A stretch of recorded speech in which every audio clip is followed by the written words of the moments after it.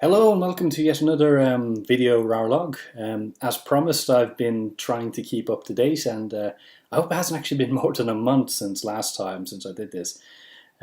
Also, I am hoping that this particular video turns out to be much clear looking and much clear sounding as well. Reason for that is that I've actually replaced most of my equipment. This is something that I've had to do for quite a while. And as a result, I'd actually like to introduce to you the previous equipment I had, because for pretty much for the guts of a decade, I have used this equipment to make everything that I have. All the comics have come from these two pieces of gear, and I want to introduce you to that. Point in case, this particular laptop is a new MacBook Pro. And I've operated Macintosh since 2008. I'm not a Mac fanboy at all, just so you know. It's just I like having a separation between the work PCs I have at work, which are almost always Windows based, and the PC I have at home, which is a Macintosh. I know it's a bit of a... those computer nerds about you would probably say Mac is not a PC, a Mac is a Mac. I don't care, they're computers, so yeah. I don't like getting into the whole argument about which is better, Mac or PC. Frankly, I think each format has its own, merits. I use Windows PCs at work because everything I need for work works with them. I use Macintosh at home because I don't have to work on it as much. If you do IT work most of the time, you don't want to come home to do more IT work. And beyond some small issues, I haven't had to do too much fixing on any Mac I've owned. So that's why I continued with this particular machine. And that's why I'm going to sort of run into the first piece of gear I want to introduce. And this is my 2008 MacBook Pro. The very first piece of Macintosh gear I've ever owned.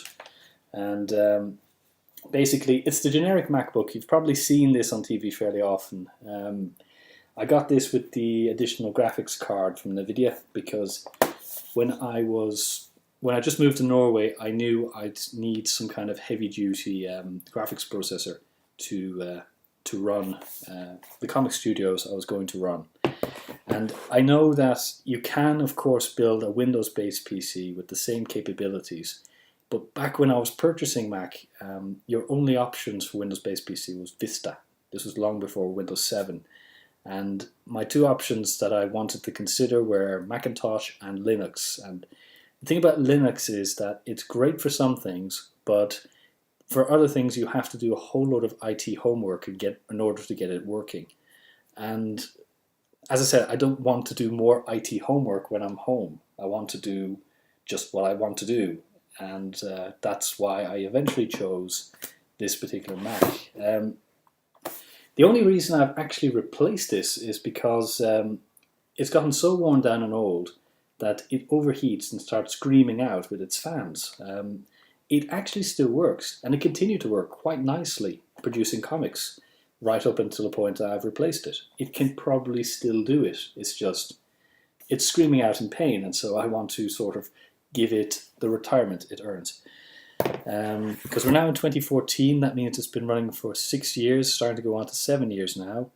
That's the longest I've had a laptop fully operational of any brand, and it's excellent. I really love that, and I'm hopeful, touch wood, this table is wood, I am hopeful that this Macintosh here that I'm using will show me the same loyalty as the other MacBook has. So I'm kind of hopeful there.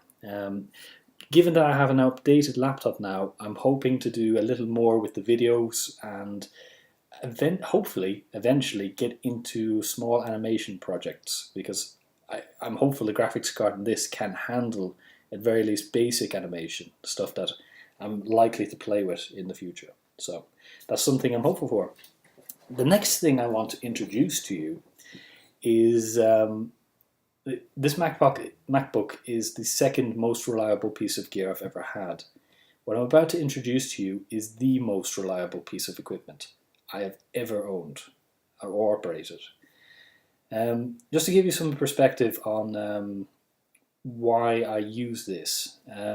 When I draw any kind of page, I don't have any of my drawing pages with me right now, but keep in mind, this is a standard sheet of paper.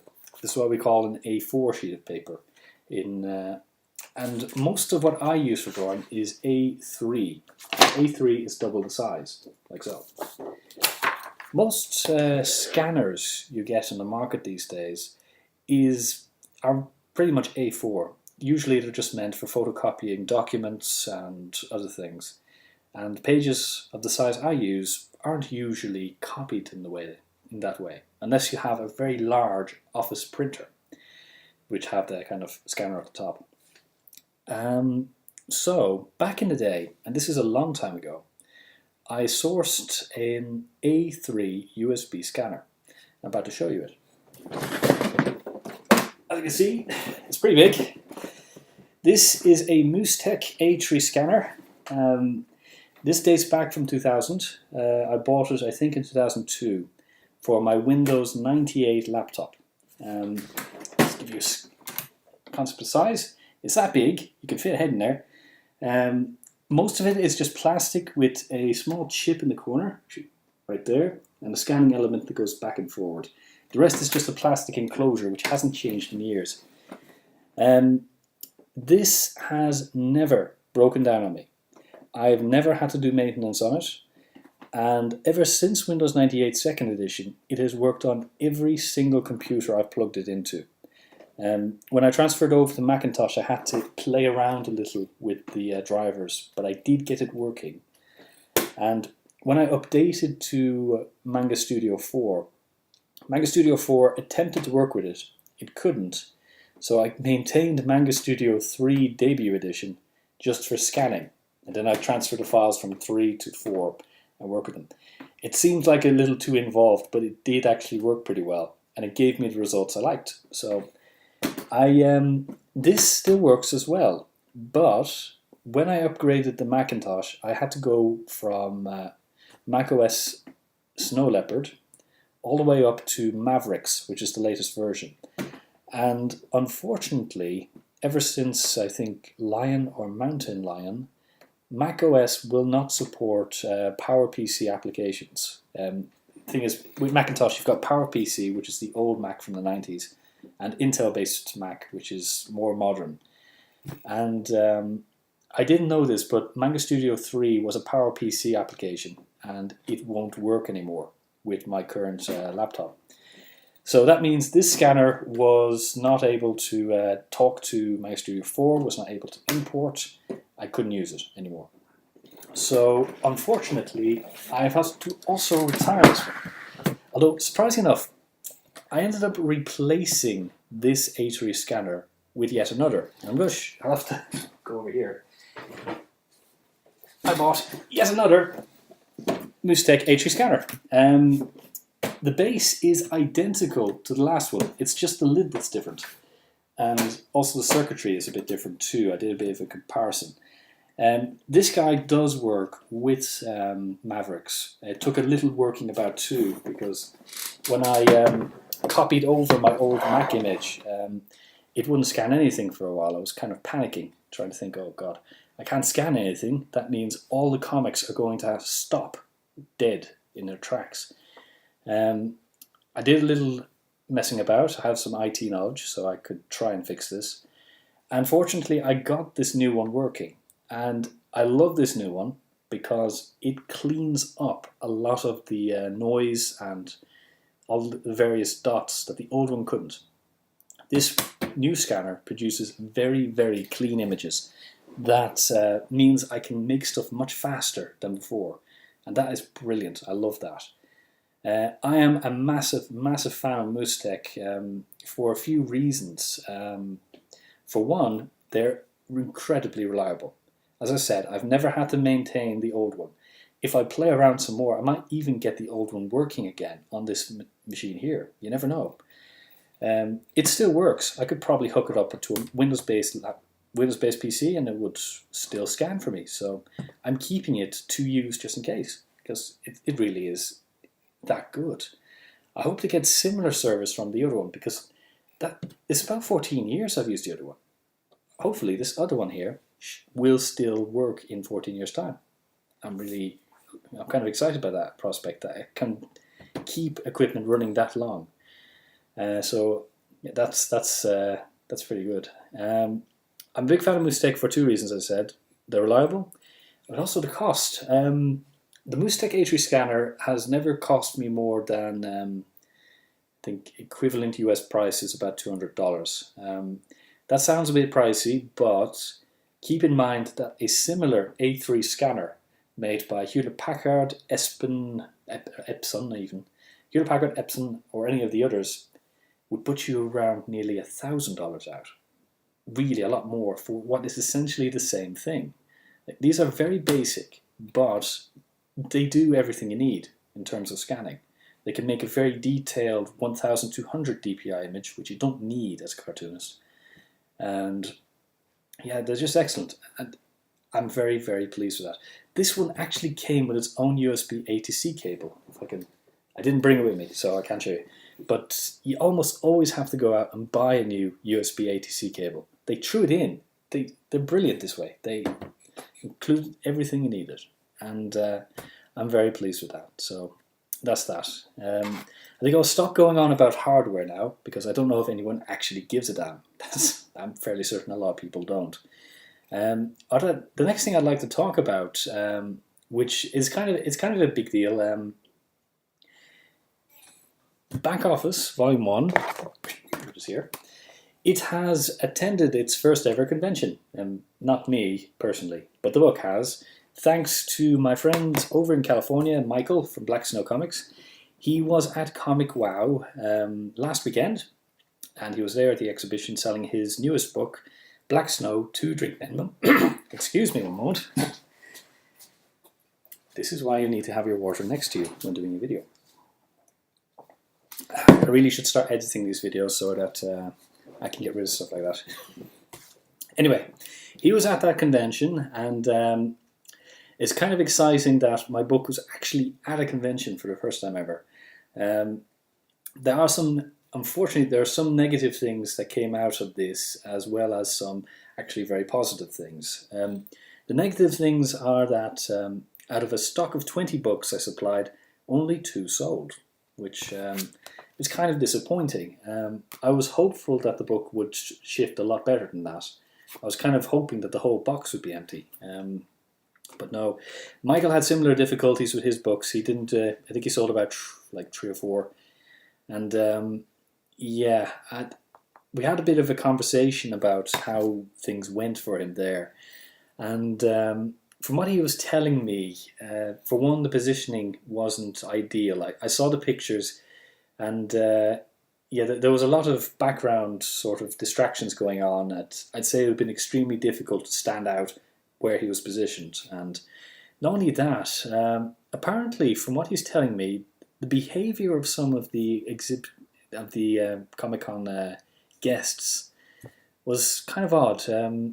Many of them wouldn't actually buy a book. They would just like stand at the place, read the book, enjoy it, and then kind of just go away, not buy anything.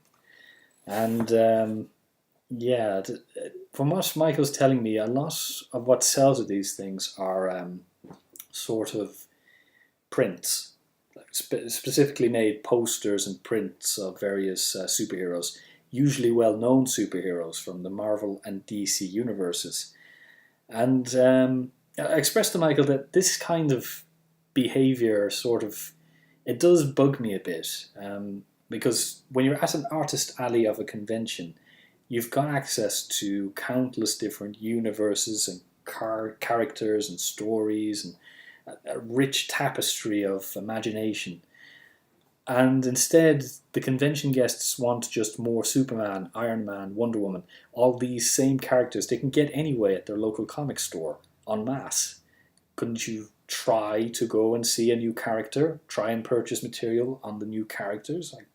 I don't get it. I don't like that kind of behavior, frankly. I know I'm being a bit negative here, but the fact that they're going to a convention where there are countless possibilities and they stick to what's familiar kind of bugs me as a creator, where I'm trying to introduce new material to the audience and say, hey, this is new stuff, maybe you'd like to enjoy it. and they just shy away because no, this isn't what we're used to. I know this is just a point of view, but it bugged me, and I can see the merit of making prints of your own characters in familiar poses, or doing sort of interesting art prints, because this kind of thing sells for a lot more. You can probably make between $10 to $20 per piece on what essentially took you a weekend to make, as opposed to a book like this, which all in took about 4 years, and I was selling for about $5. Even that wouldn't shift, because I don't know, it's something about these prints that sell better. Michael's thinking about doing prints. It is a good idea to attract people in and to make more cash, hopefully. And yeah, that's me being negative. There were positive aspects to all this too. For one, this was exposure in a US-based convention, which was important to me, because based on all traffic information I have, about 80 to 90% of my readers are from the United States. So I was really keen to get physical copies of Back Office into an American convention. So that was pretty awesome. That was the first great thing. The second great thing was that people were very interested in the concept when Michael explained it to them. He was being very cool in this respect, that he was actually explaining what Back Office was to the guests who came by his desk, and they were really into that, from what I'm told. And even though you had many people not buying the book, they were enjoying it. They were laughing at it, and I would have hoped that they would have, paid for it as well. That would have been really good. But they did enjoy it, which is also important to me. If I know people are enjoying the book, that helps me a lot, more kind of in morale terms, because it's difficult to maintain morale sometimes. And when you hear that people are enjoying themselves, I am very much encouraged. So that's I'm trying to take away as the positive payback here for ComicWOW. The bright side of only 2 being sold is that Michael will be attending other conventions in the near future, and he still has a fairly sizable stock of Back Office books to sell there too. So increased exposure. There's even a chance, now this is not confirmed or anything, but Michael's trying to get into the San Diego Comic-Con, which is the big one. This is what people simply call Comic-Con. Real title is San Diego Comic-Con. I think he's trying to get into the Artist Alley there.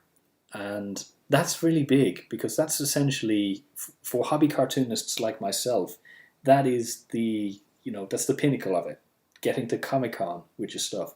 Getting to Comic-Con as an official guest is probably the pinnacle of a cartooning career, but getting there at all is pretty damn big. And the thought of Back Office copies actually appearing in Comic-Con is an exciting idea for me. And even if it doesn't happen, I'll still have the book being shown in various locations across California, and that's pretty good. I like that. I got to thank Michael for really, for one, actually accepting the book to be sold on his desk, but also to so enthusiastically help promote Back Office alongside his own projects as well, because he's really trying hard with 2 Drink Minimum to make it sell and get out there. And I can certainly understand the difficulty there, really can. So that's that. That's ComicWOW. When you look, we'll hear more about other conventions in the future too. So that's that. Moving on, my own promotion of the book has not really happened lately. I've been sitting on my laurels still, because I've been waiting to see if there are any sales through Create Space. And apparently it still would take a while before I learn anything. The book has been out since March, I think, and I'm guessing it might even take 6 months before I know anything regarding sales. I'm still thinking about my strategy here. I don't know whether or not I want to attend a convention yet. I might just. That's one of those things I just have to try and get in there and start doing if I'm going to get my comics noticed at all. In relation to promotion, there's a bit of potentially big news for Bata Neart. I'm mentioning this, but really I'm not going to tell you what it is, mostly because I don't want to jinx it. I really don't want to jinx it. I have, yeah, I have been in communication with a particular company, and if this happens, this mysterious thing, it could result in a huge amount of readership for Bata Neart, and will realise one goal I've had for the comic for quite a while. I will tell you more once I'm certain it's going to happen. It's looking pretty positive now, but not until then. So hopefully by the next video I will know for certain this is happening. This is kind of big. It's not the Bata Neart anime or anything like that. That would be awesome, but it's something else. It's something pretty good. And I'll tell you about that when it happens. But right now I'm not being very concise. My voice is starting to break out on me now. So I would like to finish up the video here and hope it renders right. And I'm going to actually play with some of the tools here in this new program to see how I can make things look. But anyway, I will talk to you again next time, and yeah, see you then. Assuming, of course, the mouse works so I can turn off the video.